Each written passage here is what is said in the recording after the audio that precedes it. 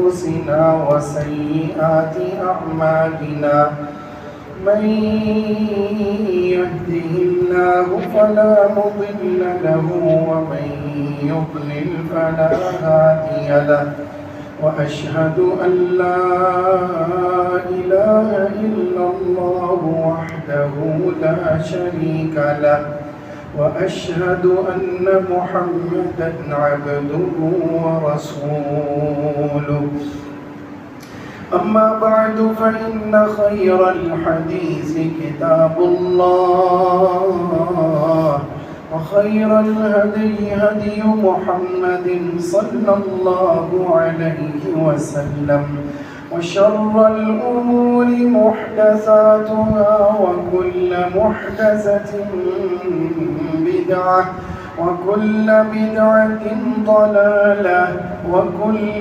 ضلالة في النار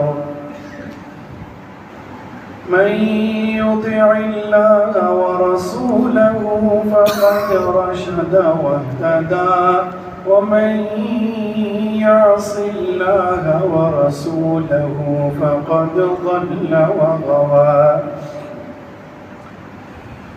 ولقد يسرنا القرآن للذكر فهل من مدكر صدق الله العظيم وصدق رسوله النبي الكريم ونحن على ذلك لمن الشاهدين والشاكرين والحمد لله رب العالمين.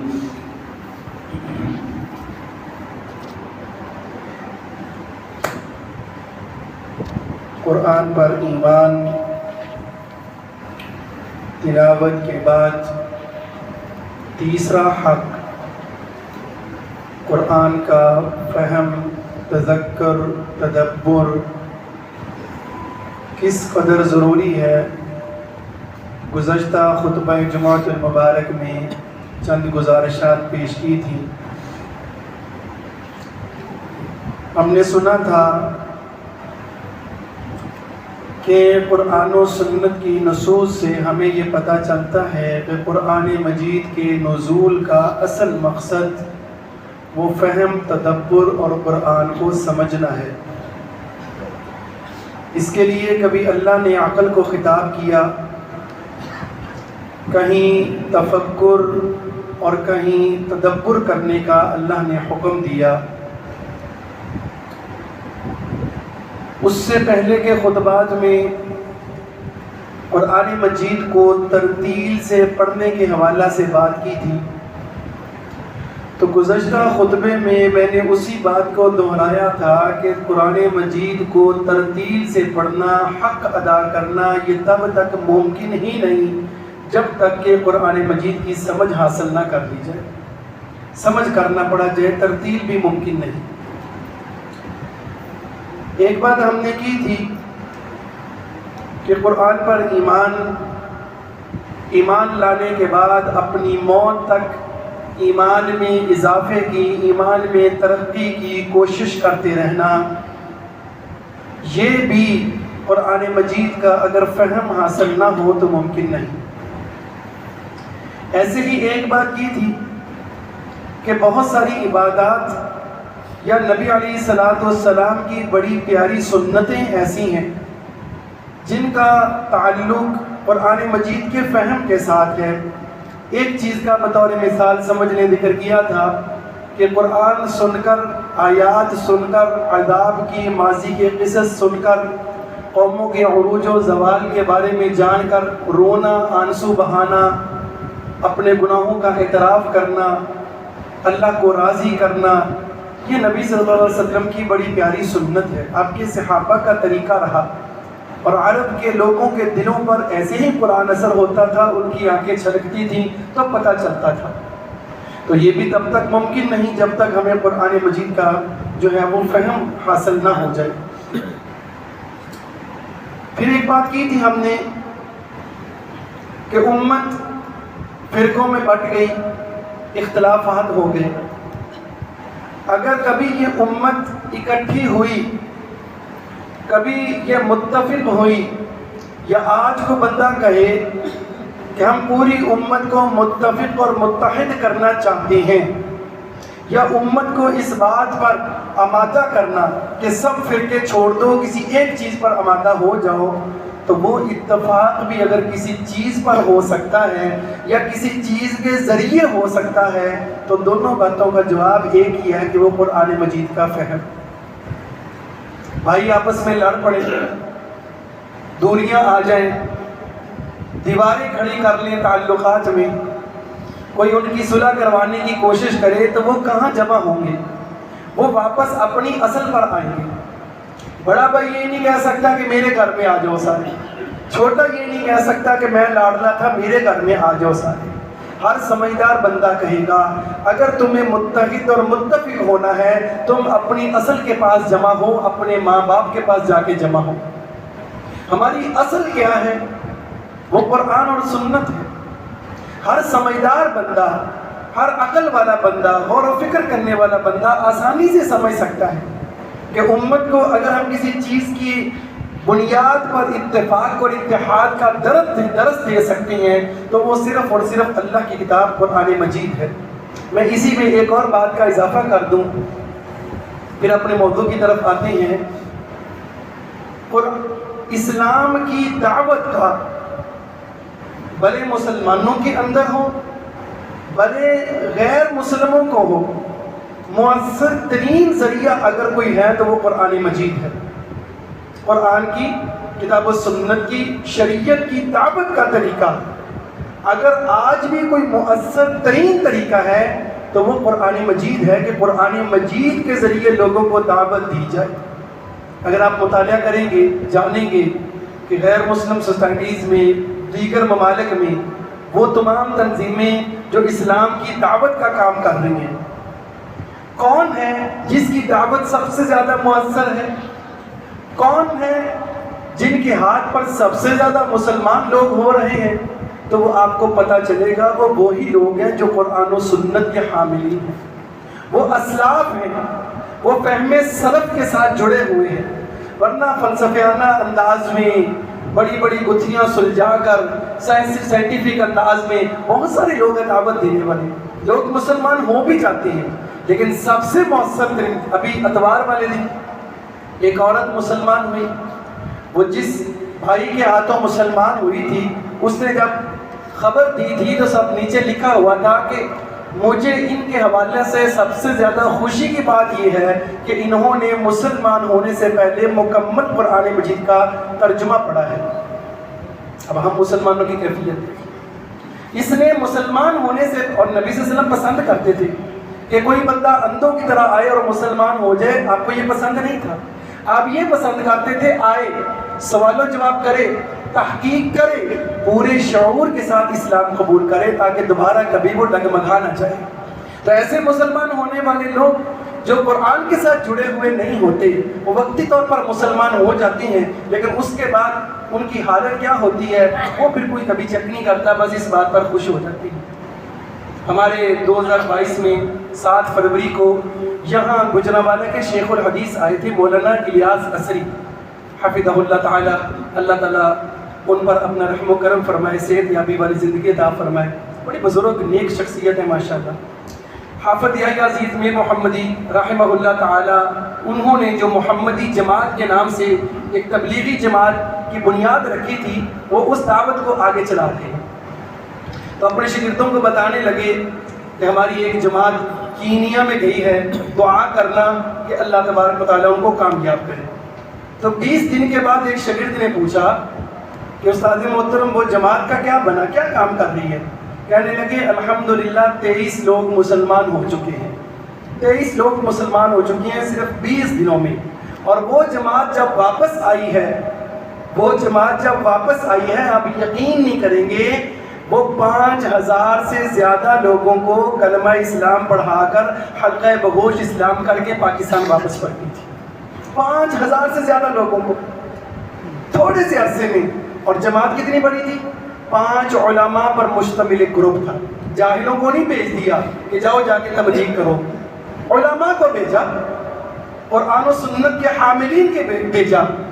تو چند مہینوں کے اندر جب وہ واپس پلٹے ہیں 5000 سے زیادہ لوگوں کو، ڈاکٹر ذاکر نائک کی مثال تو بہت بڑی آپ کے سامنے موجود ہے، کس قدر جو ہے وہ، تو میں سمجھتا ہوں کہ اگر دعوت کا مؤثر ترین ذریعہ، آج بھی اگر آپ نے لوگوں سے کفر اور شرک کو چھڑوانا ہے، بدعات کو چھڑوانا ہے، کیسے چھڑوائیں گے؟ مسلک کی دعوت دے کر نہیں، ان کے سامنے قرآن رکھ کے، ان کے سامنے نبی علیہ الصلوۃ والسلام کا فرمان رکھ کے، بہترین ذریعہ۔ اور دلائل کی دنیا میں سب سے آسان فہم، عام فہم، ہر بندے کی ذہنی سطح کو دیکھتے ہوئے دلائل اگر کسی نے دیے ہیں تو وہ اللہ تبارک و تعالیٰ کی ذات نے قرآن مجید میں دیے ہیں۔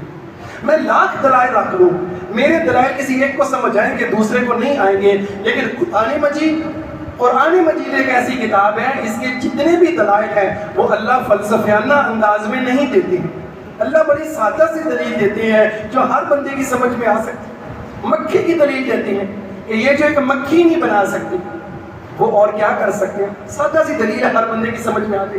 مچھر کی دلیل دیتے ہیں، اللہ کہتے ہیں کہ مکھی تمہارے کھانے میں سے کچھ اٹھا کے لے جائے، کوئی اس کو واپس نہیں لا سکتا۔ اب کتنی گہری بات ہے اور کتنی سادہ سی دلیل ہے، کتنی آسان دلیل ہے، ہر جاہل سے جاہل ان پڑھ شخص جو کبھی کسی سکول کالج یونیورسٹی میں نہیں گیا اس کو بھی بات سمجھ آ جائے گی، یار بات تو ٹھیک ہے۔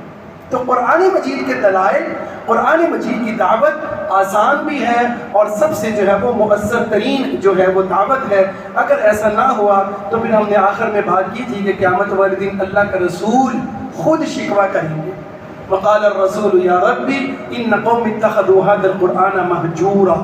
اور مہجور کا میں نے ترجمہ بتلایا تھا کہ جیسے کوئی دیوانہ شخص باتیں کرتا ہے، اس کی باتوں کی کسی کو سمجھ نہیں آتی، لوگ کہتے ہیں آپ چھوڑو پاگل ہے، کیا کرنا ہے، کوئی بات نہیں، اس کو لگا رہنے دو، لگا ہوا ہے۔ ایسے قرآن کو پڑھنا تو قیامت والے رسول کہے گا اللہ انہوں نے میرے قرآن کو یہ بنا دیا تھا، لگتا تھا کہ کوئی دیوانے کو پاگل لوگ لگے ہوئے ہیں، ان کو خود بھی سمجھ نہیں ہے کہ یہ کیا بول رہے ہیں کیا نہیں بول رہے۔ ایسے ہی ہے نا، آج کوئی کافر کہے کہ مجھے اپنی کتاب دو جس پر تم سب کا اتفاق ہو، ہم کون سی کتاب دیں گے؟ قرآن ہی تو دیں گے۔ اور اگر وہ پلٹ کر پوچھ لے کہ اس آیت کا مطلب بتانا، یا پوچھ لے کہ تمہیں اس کتاب کی سمجھ ہے، تو ہماری کیفیت کیا ہوگی؟ ہماری کیفیت کیا ہوگی؟ تو یہ چیزیں ہیں۔ اب ہم نے ان چیزوں کا حال یہ ڈھونڈا کہ چھوڑ ہی دو، ہم نے کہا ہم دعوت دینی نہیں، ہم نے کبھی کسی سائی کو دعوت دی ہی نہیں، اگر کبھی دی ہوتی پھر ہم اس کی تیاری بھی کرتے، چونکہ ہم نے ان سب چیزوں کو چھوڑ ہی دیا ہے، اس لیے ہمیں ان چیزوں کی تیاری کی بھی ضرورت نہیں لگتی۔ تم اللہ کو مانتے ہو؟ جی ہاں مانتے ہیں، ثابت کرو اللہ ہے۔ کیسے ثابت کریں گے؟ کون کر سکتا ہے؟ کتنے فیصد لوگ ہیں جو کر سکتے ہیں؟ میں نہیں کہتا ساری ایسی، لیکن کتنے فیصد لوگ ہیں جو واقعی اس کو ایسے ایسے دلائل دیں گے، اور وہ دلائل قرآن مجید میں موجود ہیں، اللہ کے ہونے کے دلائل، اللہ کے وجود کے دلائل کہ اللہ ہے، قرآن مجید میں موجود ہے، بڑے آسان انداز میں موجود ہے۔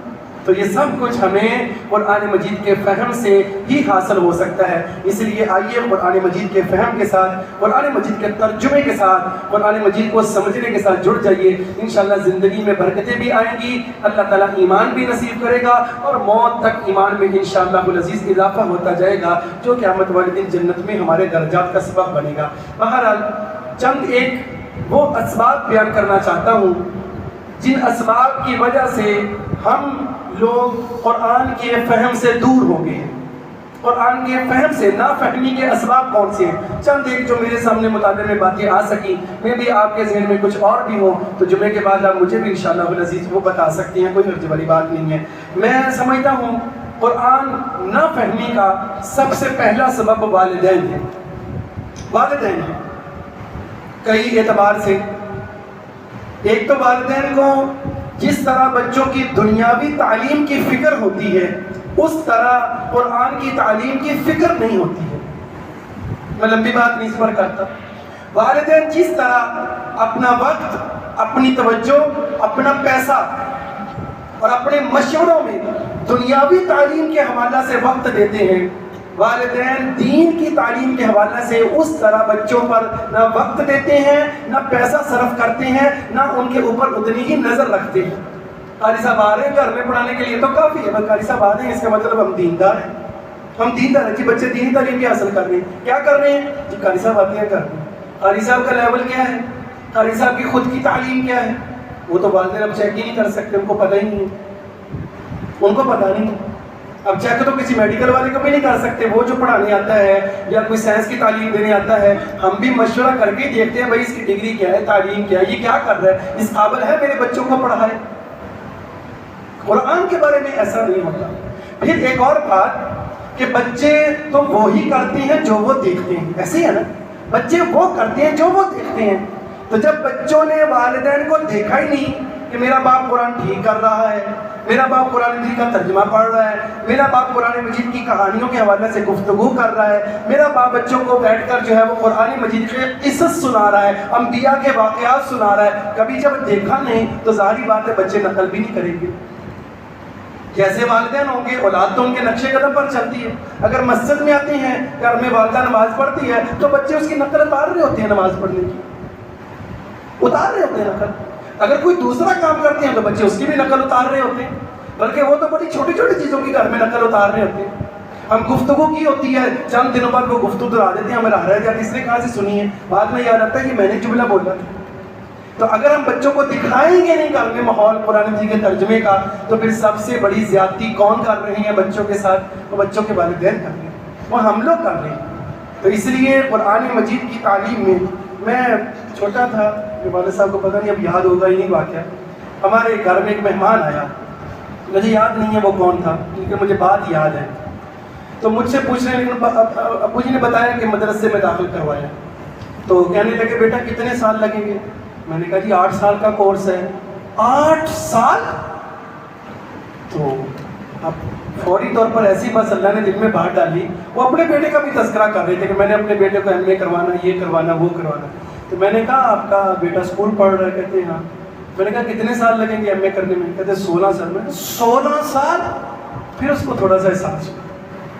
اب مدرسے کی تعلیم 8 سال بھی ایسے لگتا ہے زندگی ضائع ہوگی، اور بچے کے وہ MA بھی کرنا ہو تو 16-17 سال چاہیے اس کے لیے۔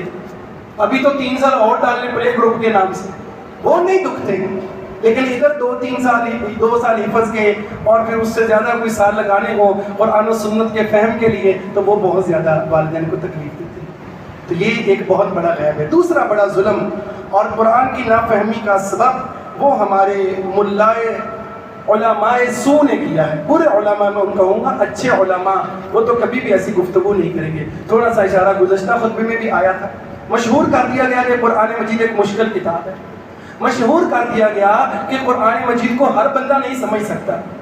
ایسے کتنے کے جملے مشہور کر دیے گئے، نتیجہ ان کا کیا نکلا؟ نتیجہ یہی نکلا کہ قرآن کو ہاتھ نہ لگایا جائے، غلاف میں لپیٹ کر اوپر رکھ دیا جائے بس، جبکہ اللہ قرآن مجید میں بار بار کہتا رہا وَلَقَدْ يَسَّرْنَا الْقُرْآنَ لِلذِّكْرِ فَهَلْ مِن مُدَّكِرٍ، ہم نے ذکر کے لیے، نصیحت کے لیے، ہدایت کے لیے قرآن مجید کو آسان بنایا ہے۔ لام بھی تقید کا، قد بھی تقید کا، والا قد بلا شبہ تحقیق ہم نے آسان بنایا ہے قرآن کو نصیحت کے لیے، نصیحت کے لیے آسان ہے۔ باقی اپنے اپنے علم کے اعتبار سے اس میں نقطے نکالنے ہو، قرآن مجید کے حقائق کو کھولنا ہو، وہ تو قیامت تک کھلتے رہیں گے، وہ ایک مشکل چیز ہے، میں اس کی بات نہیں کر رہا۔ اگر کسی بندے نے ہدایت لینی ہے تو بھائی اللہ نے قرآن مجید میں تاکیدن کہا ہے، ایک بار نہیں کہا، ایک ہی صورت میں 4 بار یہ آیت اللہ نے بولی ہے۔ قصہ نوح کے بعد بولی، قصہ قوم عاد کے بعد بولی، قوم سمود اور قوم لوط کے بعد اللہ نے بولی وَلَقَدْ يَسَّرْنَا الْقُرْآنَ لِلذِّكْرِ، بلا شبہ تحقیق ہم نے قرآن کو آسان بنایا۔ فَهَلْ مِن مُدَّكِرٍ، کوئی اس آسانی کو لینے والا ہے؟ 4 بار اللہ نے کہا کوئی ہے لینے والا، کوئی ہے اس سے نصیحت پکڑنے والا؟ تو قرآن مجید نصیحت حاصل کرنے کے لیے آسان تھا، لیکن اس بدبخت جاہل ملا نے لوگوں کے ذہن میں ڈال دیا کہ قرآن مجید بہت مشکل ہے، تم اس کو نہیں سمجھ سکتے، تم نے ہاتھ نہیں لگانا، تمہیں سمجھ ہے؟ نہیں مجھے بھی سمجھ نہیں ہے، پھر کس کو سمجھ ہے؟ اللہ، بہت بڑا ظلم کیا، بہت بڑا ظلم کیا۔ اگلا ظلم جو قرآن نہ فہمی میں ایک بہت بڑا سبب ہے، وہ پیارے بھائیوں ہمارے نظام تعلیم کا ہے۔ نظام تعلیم کا کئی اعتبار سے اس حوالے سے بات ہو سکتی ہے، میں بس 1-2 باتیں ذکر کرتا ہوں۔ نظام تعلیم میں قرآن اور قرآن سے جڑی ہوئی چیزیں، وہ اسلامیات کے نام پر ہو یا کسی بھی نام پر ہو، ان کی وہ اہمیت ہی نہیں ہے پیریڈز کی، وہ نصاب کی، وہ کتابوں کی، اور ان کے ہونے والے امتحانات کی، ان کے ہونے والے امتحانات کی۔ اگر عربی کا پیپر آئے گا، اگر اسلامیات کا پیپر آئے گا تو اس کے بارے میں سب طلبہ کے ذہن میں ہوتا ہے کہ آسان ہی ہوگا، جبکہ اگر انگلش کا پیپر آئے گا تو سب کو پتا ہوتا ہے جی بہت مشکل ہے، بہت مشکل ہے۔ آپ کتابیں دیکھ لیں، وہ اسلامیات کی چھوٹی چھوٹی ہوں گی، انگلش کی بڑی بڑی ہوں گی، سائنس کی بڑی بڑی ہوں گی، میتھ کی بڑی بڑی ہوں گی کتابیں۔ نظام کا فرق ہے۔ ہم نے اپنے نظام تعلیم میں قرآن مجید کو وہ حیثیت دی ہی نہیں جو اس کی ہونی چاہیے تھی، اور یہ نظام بنایا ہوا ہی کافر کا تھا۔ وہ بنا کر ہی ایسا کیا تھا کہ اگر یہ لوگ کافر نہ بھی ہوں تو کم از کم مسلمان نہ رہیں، مسلمان نہ رہیں۔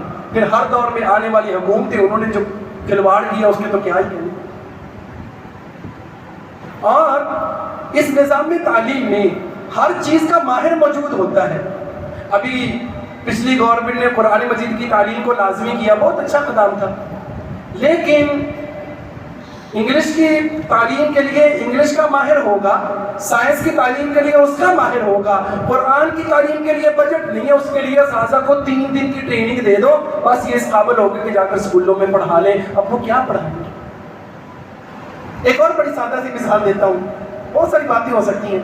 دیکھیے آپ بچے کو اردو کا قاعدہ پڑھاتے ہیں، انگلش کا قاعدہ پڑھاتے ہیں اور عربی کا قاعدہ پڑھاتے ہیں، کیا فرق ہے؟ غور کیجیے، زمین آسمان کا فرق ہے۔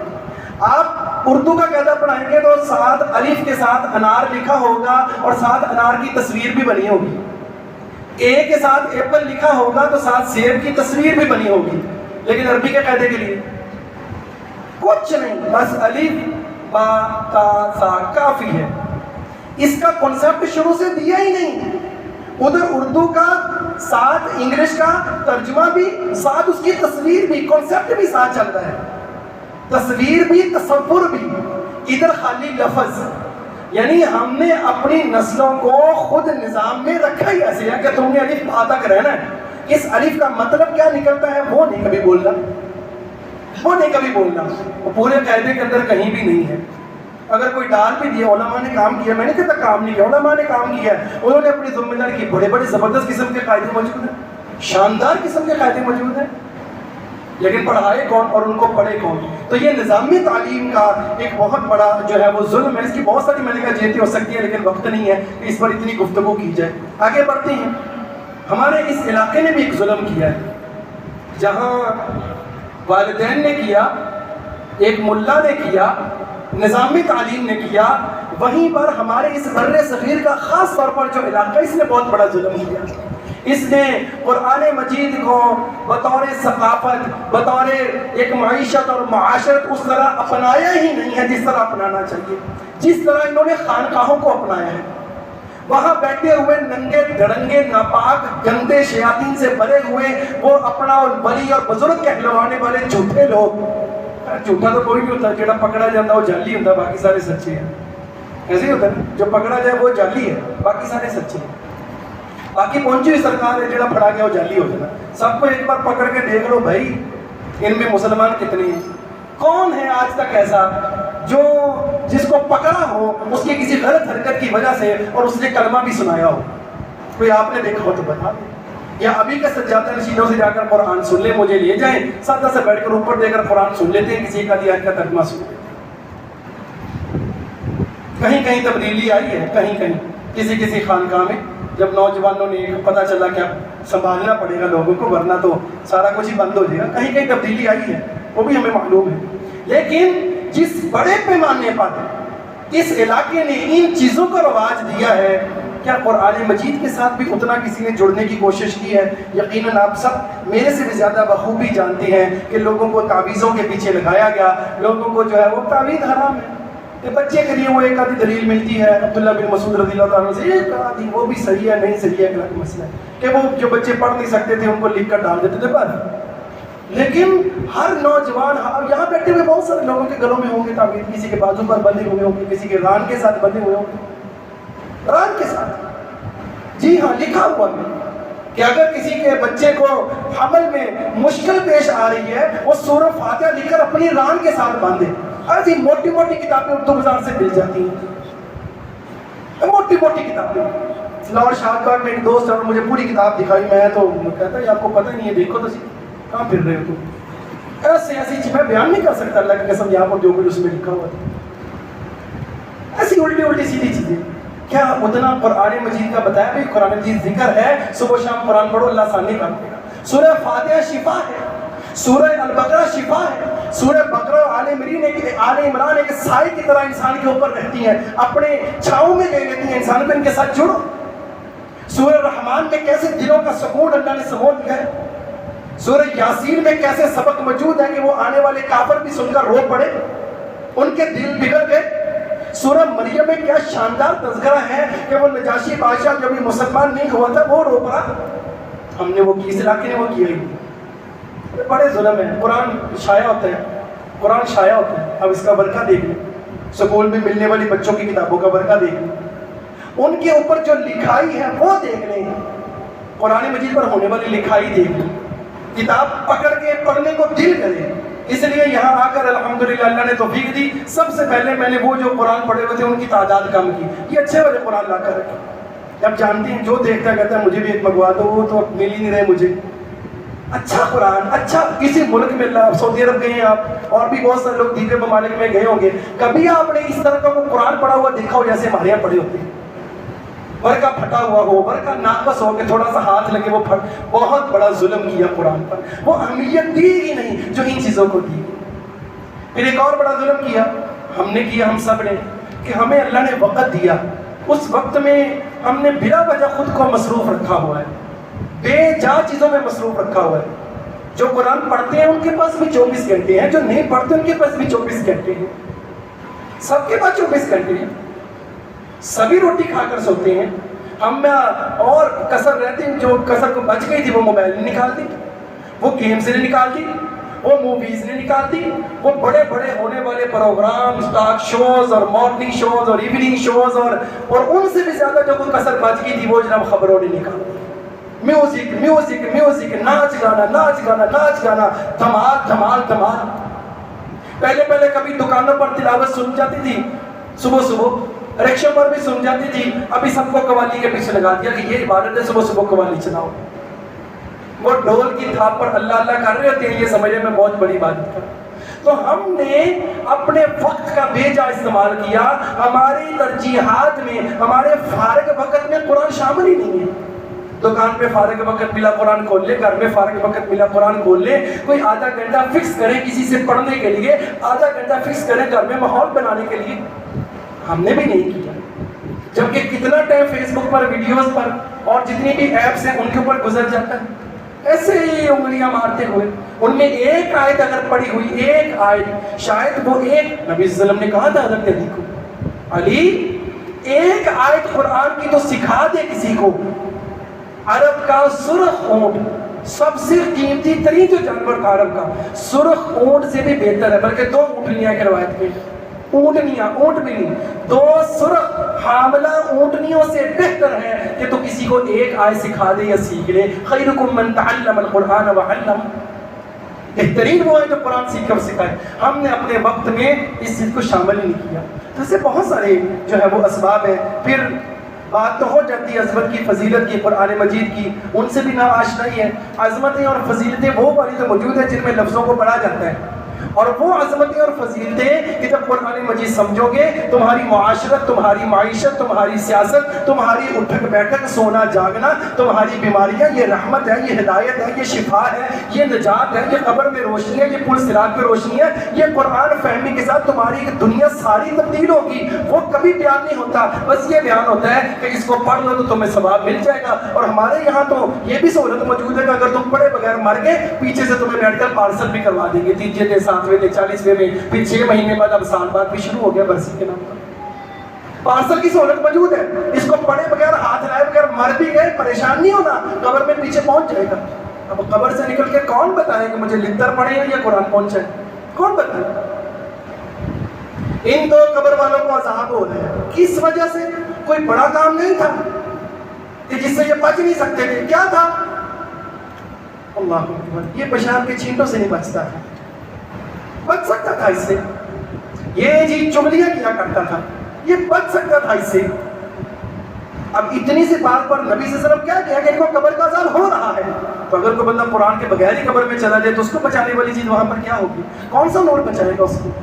تو پیارے بھائیوں، ہمیں قرآن مجید کی عظمت فضیلتیں جہاں پر وہ پر یاد رکھنی ہے، وہاں ان فوائد اور ثمرات پر بھی یاد رکھنا ہے کہ جن سے قرآن مجید میں ہماری زندگی بدلنے والی ہے، ہمارا جو ہے وہ ملک بدلنے والا ہے۔ شاید میں نے واقعہ کبھی بیان کیا ہو، بلکہ ضرور کیا ہوگا، ان واقعات میں نہیں آ سکا۔ امام نافع مکہ کے گورنر ہیں، حضرت عمر رضی اللہ تعالیٰ کے پاس مدینہ میں پہنچے، پوچھا کہ پیچھے کس کو چھوڑ کر آئے ہو؟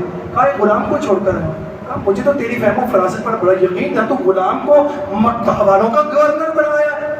کہا اصل میں وہ قرآن کا سب سے بڑا قاری تھا اور اس کو وراثت میں بڑا علم ہے، وہ وراثت کو بہت جاننے والا ہے اور قرآن کو بہت جاننے والا ہے۔ اس وجہ سے، ان دو خوبیوں کی وجہ سے وہ مکہ کا گورنر ایک غلام کو لگا کر آئے۔ حضرت عمر رضی اللہ تعالیٰ کی آنکھوں سے آنسو آ گئے کہ اگر امت میں ایسے ایسے گورنر ہوں گے پھر اس امت کو آگے بڑھنے سے کون روک سکتا ہے؟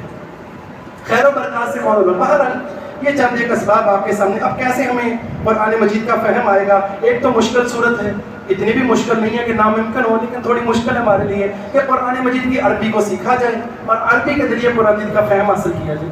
تھوڑی بہت ہی شدھ بدھ ہونی چاہیے ہر کسی کو، لیکن یہ ایک پھر بھی مشکل صورت ہے۔ اس سے آسان صورت کیا ہے کہ بھئی اپنے علاقائی زبان میں قرآن مجید کا ترجمہ موجود ہے، اس کو لے کر پڑھ دیا جائے۔ کیا مشکل ہے؟ یہ تو کم از کم درجہ ہے نا کہ ہم قرآن مجید کا ترجمہ تو زندگی میں ایک بار پڑھیں، لذت ایسی آئے کہ انشاءاللہ دوبارہ کبھی چھوڑ نہیں پائیں گے، دوبارہ کبھی چھوڑ نہیں پائیں گے۔ اور اگر سیکھنا ہو واقعی ترجمہ، بہت آسان ہے، بہت آسان ہے۔ قرآن مجید کے جو الفاظ کاؤنٹ کیے گئے ہیں وہ کوئی 78,000 کے قریب کاؤنٹ کیے گئے ہیں، 78,000۔ ان 78,000 الفاظ میں اگر تکرار کو نکال دیا جائے، ریپٹیشن کو نکال دیا جائے، بار بار آنے والے الفاظ کو ایک ہی بار شمار کیا جائے، آپ حیران ہو جائیں گے یہ الفاظ کم ہو کے صرف 18,000 رہ جاتے ہیں۔ 78,000 سے تکرار کو نکال دیا جائے تو الفاظ کم ہو کے صرف 18,000 رہ جاتے ہیں۔ اگر عربی کے بنیادی سی 4-5-6 گردانے ہیں، ماضی کی، مضارع کی اور کچھ ضمائر ہیں، ان کو سیکھ لیا جائے۔ جیسے علم ہے، علم کا مطلب ہے جاننا، لیکن علامہ سکھانا اور تعلم سیکھنا، یہ تھوڑا سا باب سے ترجمہ بالکل الٹ ہو جاتا ہے۔ یہ بنیادی سی چیزوں کو سیکھ لیا جائے تو یہ 18,000 سے کم ہو کر الفاظ صرف 4500 رہ جاتے ہیں۔ 4500 الفاظ اگر کوئی بندہ قرآن مجید کے سیکھ لے اور چھوٹی چھوٹی عربی کی بنیادی چیزیں ساتھ سیکھ لے، پورے قرآن مجید کا ترجمہ سیکھ لے گا۔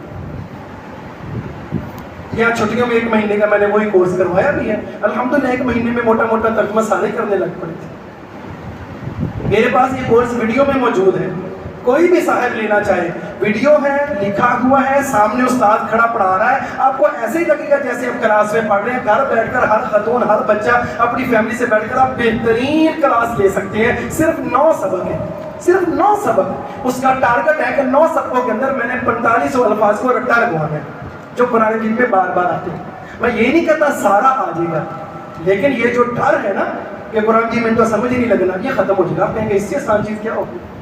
دیکھیں تھوڑی سی تو محنت کرنی پڑے گی، پکی پکائی تو نہیں سے ملے گی کہ خود ہی منہ میں چلی جائے اور خود ہی ہضم ہو جائے، تھوڑی سی تو محنت کرنی پڑے گی۔ جو لیتا ہے بڑا خوش ہوتا ہے، کہتا ہے کام ہی آسان کر دیا آپ نے۔ اور ہم اردو والوں کے لیے ایک اور بڑی زبردست آسانی ہے، وہ یہ ہے کہ قرآن مجید کے 65% لفظ ایسے ہیں جو ہم تھوڑی بہت تبدیلی کے ساتھ اردو میں استعمال کرتے ہیں۔ سورہ فاتحہ کو دیکھ لیں، الحمد اردو کا لفظ، اللہ رب، عالم، الرحمن رحم، مالک مالک کہتے ہیں، یوم بھی ہم اردو میں بولتے ہیں، نعبد عبادت، نستعین مدد، استعانت اردو میں بولا جاتا ہے اگرچہ اتنا مشہور نہیں، صراط مستقیم اردو میں بولتے ہیں، اہدنا ہدایت اردو میں بولتے ہیں، انعمت انعام اردو میں بولتے ہیں، مغضوبی غضب، غیری ساڑھے غیرہ چوہاں اردو میں لفظ بولتے ہیں، الضالین ضلالت و گمراہی اردو میں بولتے ہیں۔ سورہ فاتحہ میں ایک دو لفظ ہیں جو عربی کے، باقی ساری ایسے ہیں جو ہم تھوڑی بہت تبدیلی کے ساتھ اردو میں بولتے ہیں، تھوڑی بہت تبدیلی کے ساتھ۔ تو آئیے جڑ جائیے قرآن کے ساتھ۔ یہاں فجر میں بھی کلاس لیتا ہوں، جو پہنچ سکتے ہیں وہ آ جائیں، میرے سے 5-7 آیات کا ترجمہ لے لیں، اگلے دن آ کر سنا لیں۔ 1 مہینے کے اندر اندر آپ کو خود اندازہ ہو جائے گا کہ کتنا آسان ہے۔ اتنا نہیں کر سکتے تو کم از کم سن کر ہی چلے جائیں، سن کر چلے جائیں، چلو نہ سنائیں۔ اتنا نہیں کر سکتے، میں گروپ کے اندر بھیجتا ہوں اس کو ریکارڈ کر کے 5 سے 7 منٹ کے اندر کی ریکارڈنگ ہوتی ہے، وہ دن میں جب بھی وقت لگے اس کو میرے ساتھ لفظ بھی میں پڑھتا ہوں، ساتھ وقفہ بھی ہوتا ہے دہرانے کا، کیونکہ باقی دوست بھی پڑھ رہے ہوتے ہیں، میرے ساتھ آرام سے وہ پڑھا جاتا ہے، اس کی تصویر بھی بھیج دیتا ہوں کہ اوپر دیکھ کر پیچھے وہ ریکارڈنگ چلا کر آپ دن میں ایک بار 5 سے 7 منٹ دے کر اس سبق کو دہرا سکتے ہیں، اور دہراتے ہیں ماشاءاللہ جن تک وہ پہنچتا ہوں دہرا سکتے ہیں، اس کو آگے بھیج کر بھی جو ہے وہ آپ ثواب کما سکتے ہیں۔ تو بہت آسان ہے، بہت ساری آسان، یہ جو میں نے 65% اردو کی الفاظ کی ہے اس پر بھی علماء نے کام کیا ہے۔ مصباح القرآن کے نام سے ایک ترجمہ ہے، مصباح القرآن، اس کی ایپ بھی موجود ہے، پلے اسٹور سے مل جائے گی۔ انہوں نے ہر صفحے کے نیچے اردو سے ملتے جلتے الفاظ کو اردو کی مثالوں کے ساتھ بیان کیا ہوا ہے، بہت آسان ہے، ایسا نہیں ہے کہ سمجھ نہ آ سکے۔ ہاں جو چیز مشکل ہے وہ ہے، وہ وقت ختم ہو رہا ہے، میں جلدی سے 1-2 باتیں کرنی تھی، فائنلی وہ میں کر دیتا ہوں۔ دیکھیے ایک ہے قرآن کی سمجھ، وہ تو ہر بندے کو ہونی چاہیے، ایک ہے اس کو سمجھانا، یہ تھوڑا فرق ہے۔ ایک انتہا تو یہ ہے کہ کوئی سمجھ ہی نہیں سکتا، یہ غلط ہے، یہ تو شاید انکار قرآن کے زمرے میں آ جائے گا۔ ایک دوسری حد بھی ہے، وہ یہ ہے کہ ہر بندہ قرآن کو ویسے ہی سمجھ سکتا ہے جیسے علماء نے سمجھا۔ چلو علماء تو پھر بھی ہم جیسے، ہم ایک جیسے ہی ہیں۔ یہ کہنا کہ میں ویسے ہی سمجھ سکتا ہوں جیسے صحابہ نے سمجھا، یا یہ کہنا میں ویسے قرآن کو سمجھ سکتا ہوں جیسے نبی نے سمجھا، استغفر اللہ کہتے ہیں دیکھیں نبی نے قرآن مجید کی تشریح کی تھی اس دور کے اعتبار سے، ہم قرآن مجید کی تشریح کریں گے آج کے دور کے اعتبار سے۔ بہت بڑی جسارت، بہت بڑا کفر، بکواس ہے یہ، فضول بات ہے یہ، نہیں یہ رویہ غلط ہے۔ قرآن کو پڑھیں، قرآن کو سمجھیں، 4 آیتیں پڑھ کے یہ مت سمجھیں کہ اب قرآن مجید کے بارے میں اتھارٹی بن گیا ہوں، باقی سارے جاہل پھر رہے ہیں جو مسجدوں میں ممبر و محراب پر بیٹھے ہوں، یہ رویہ غلط ہے۔ میں آپ کو سادہ سی مثال دیتا ہوں، یہاں ماشاءاللہ وکیل بھی بیٹھے ہوتے ہیں۔ پاکستان کا قانون ہے، اگر آپ نے کچھ غلط کیا آپ کو پولیس پکڑ کے عدالت میں لے جاتی ہے، آپ عدالت میں جا کر یہ نہیں کہہ سکتے کہ مجھے اس قانون کا پتہ نہیں تھا۔ پاکستان میں رہ رہے ہو تو پھر پاکستان کے قانون کا بھی آپ کو پتہ ہونا چاہیے۔ آپ کسی بھی ملک میں رہ رہے ہو، اس ملک کا قانون جاننا حکومت کی ذمہ داری نہیں ہے، ہر فرد کی ذمہ داری ہے کہ وہ قانون کا علم حاصل کرے۔ اللہ کے پاس جا کر یہ نہیں کہہ پائیں گے اللہ مجھے تو پتہ ہی نہیں سی، یہ کہہ پائیں گے، یہ نہیں کہہ پائیں گے۔ ہر بندے پر لازم ہے کہ وہ قانون جانتا ہو، کوئی غلطی کر رہا ہے آپ اسے سمجھا بھی سکتے ہیں کہ بھائی قانون یہ ہے آپ یہ نہ توڑو، ٹھیک ہے، یہاں تک ٹھیک ہے۔ لیکن اگر کبھی بات آئے کسی قانون کی، کسی شک کی تشریح کرنی ہو، اس کو سمجھانا ہو، آگے ڈیلیور کرنا ہو، کیا وہ بھی ہر بندہ کرے گا؟ جاجی کے سامنے، وکیل کے سامنے کھڑا کر کے بندہ کہے چونکہ میں نے اس قانون کو پڑھا ہوا ہے لہذا اس کی تشریح میں کروں گا، اور وہی معتبر ہوگی، وہ کہے گا نہیں اس کی تشریح وہ کرے گا جو وکیل ہے، جو ایڈوکیٹ ہے، جو جج ہے، جو تو تشریح کرے گا وہ معتبر نہیں ہوگی۔ ایسی قرآن مجید ہے۔ قرآن مجید میں اس لیول کا بننا کے لیے کہ ہم دوسروں کو پڑھا سکیں، دوسروں کو سمجھا سکیں، اس کے لیے خالی ترجمے کا آنا کافی نہیں ہے، اس کے لیے قرآن مجید میں ناسخ منسوخ کا علم ہو، قرآن مجید میں جو عربی کا اسلوب ہو اس کا علم ہو، اعجاز قرآن کا علم ہو، قرآن کے آیات کے پس منظر میں اسباب جو نزول تھے ان کا علم ہو، پھر نبی علیہ السلام نے صحابہ نے کیا تشریح کی ہے اس کا علم ہو، پھر جا کے بندہ اتھارٹی بن سکتا ہے۔ بہت سارے علوم ہیں، تو میری باتوں کا قطعاً یہ مطلب نہیں ہے کہ ہر بندہ جس نے گھر بیٹھ کر تھوڑا سا ترجمہ پڑھ لیا آپ وہ آ کر دوسرے علماء پر انگلیاں شروع کر دی۔ بڑے سارے لڑکے بالکل چھوٹی چھوٹی عمر کے، چہرے پہ داڑھی بھی نہیں آئی ہے، ایک اردو کی کتاب پکڑتے ہیں اور بیٹھ کر ویڈیو بنانا شروع کرتے ہیں، ایسے ایسے بلنڈر مارتے ہیں، جب ان کو سمجھاؤ ان کے والدین کو سمجھاؤ وہ آگے سے بکواس کرتے ہیں، کہتے ہیں دیکھو جی بچہ دین کا کام کر رہا ہے تو آپ اس کو منع کر دیں، وہ بیوقوف انسان، دین کا کام کرنا علماء کا کام ہے، اس نے اگر دین کا کام کرنا ہے پہلے علم کو حاصل تو کرے، یہ بھی عالم دین بنے۔ خالی اپنے لیے اگر کوئی بات کو سمجھا ہے تو اس کو اپنے تک رکھو نا، اس کو معاشرے میں فٹ کرنے کے لیے کوئی لیول ہونا چاہیے، کوئی معیار ہونا چاہیے، ایسے تو نہیں کہ ہر بندہ اتھارٹی بن کر بیٹھ جائے اور اس کو جو ہے وہ باقی سارے جو ہے وہ اپنے علاوہ غلط لگنے لگ جائے، تو یہ ایک بہت غلط رویہ ہے، دونوں انتہائی ٹھیک نہیں ہے کہ نہ کبھی ہاتھ لگانا قرآن کو، اور اگر کبھی ہاتھ لگا لیا پھر باقی ساری دنیا اس کو کافر نظر آنا شروع ہو جائے۔ اللہ تعالیٰ سے دعا ہے اللہ تعالیٰ ہمیں قرآن کی سچی سچی محبت نصیب فرمائے، قرآن کا فہم نصیب فرمائے، قرآن کو ہماری قبر کا اور میدان محشر کا ساتھی بنائے۔ وآخر دعوانا الحمدللہ رب العالمین۔